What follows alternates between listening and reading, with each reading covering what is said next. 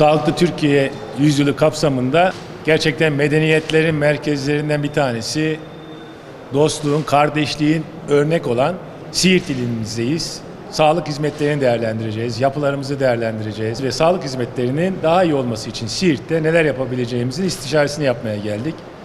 Siirt gerçekten son zamanlarda sağlıkla ilgili, özellikle sağlıkla dönüşümle her bir Siirtli vatandaşın 14 civarında senede sağlık hizmeti aldığı bir il. Ve burada hem tıp fakültesiyle hem eğitim araştırma hastanesiyle sağlıkta daha iyi şeyler yapmak için çabalayacağız. Siirt'te bir hastane inşaatımız var. %86 bandındayız. Çok kısa zamanda 400 yataklı bu hastanemizi de Siirtli hizmetine sunacağız. Aynı zamanda Şirvan'da 25 yataklı bir hastane yapıyoruz. Bunlarla ilgili yatırım süreçlerine başladık. Tıp fakültesinin çok daha iyi olması için elimizden gelen çabayı harcayacağız. Sonuçta onlar bizim çocuklarımız, öğrencilerimiz. Aynı zamanda eğitimi ve araştırmayı destekleyen bir mantıkla yaklaşıyoruz.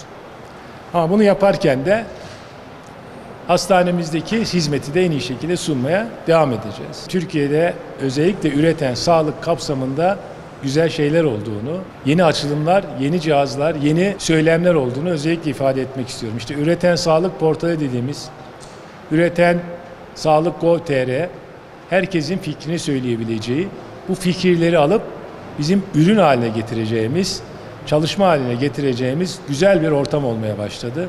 Onun için bütün bilim insanlarıma, fikrini söyleyen herkese, parasını sağlıkta üretime yatıran yatırımcıya, sanayiciye çok teşekkür ediyorum. Türkiye sağlıkta gerçekten sadece hizmetinde değil, teknolojisinde de, üretiminde de örnek ülke haline gelmeye çabalıyor. Sayın Cumhurbaşkanımızın liderliğinde COVID'de solunum cihazı üreten bir ülke. Dün o solunum cihazını üreten fabrikayı ziyaret ettik. Yerli insanlarımızın, yerli bilim insanlarımızın, yerli araştırmacılarımızın, yerli sanayicimizin gerçekten müthiş bir çabasıyla bugün 40 ülkeye solunum cihazı satabilen bir ülke haline gelmiş durumdayız. Şehir hastanelerimizi açıyoruz biliyorsunuz. Açma planlamamız var. Oradan 500 tane solunum cihazı Urfa, Trabzon ve Rize şehir hastanelerine bu solunum cihazlarının nakliyesini gördük ve çok mutlu olduk.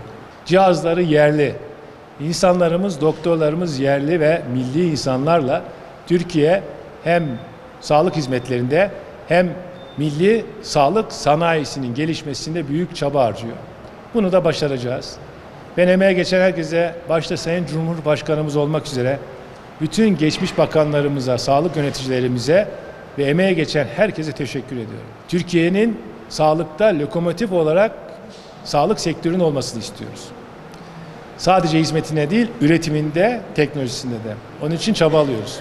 Toplumdan da sağlıklı kalmak için, sağlıklı olmak için kötü alışkanlıklardan, sigaradan, alkolden, hareketsizlikten uzak durmalarını, düzgün, doğru beslenmelerini, hareket etmelerini, kilolarına dikkat etmesini özellikle istirham ediyoruz. Biz sağlıkta her zaman varız. Toplumun sadece tedavi değil, hastalık tedavisi değil, aynı zamanda sağlıklı kalmak için, sağlıklı bedeni olması için Sağlık Bakanlığı'nın tesislerinden yararlanmasını, bu talebi de bizden istemesini istiyoruz.